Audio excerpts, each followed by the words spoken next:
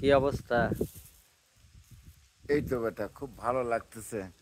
এটা কি আব্দুল শাহ সুফি হজরত মাওলানা খাজা বাবা আব্দুল গনি শাহ চিশতি নিজামী রহমতুল্লাহের রওজা মোবারক। আমরা এখন সেই রওজা মোবারকের সামনে দাঁড়িয়ে আছি। দেখলাম ঘুরে, খুব ভালো লাগলো, খুব সুন্দর লাগলো। আসলে জীবনকে ভালোবাসতে হলে সব কিছুই করতে হয়।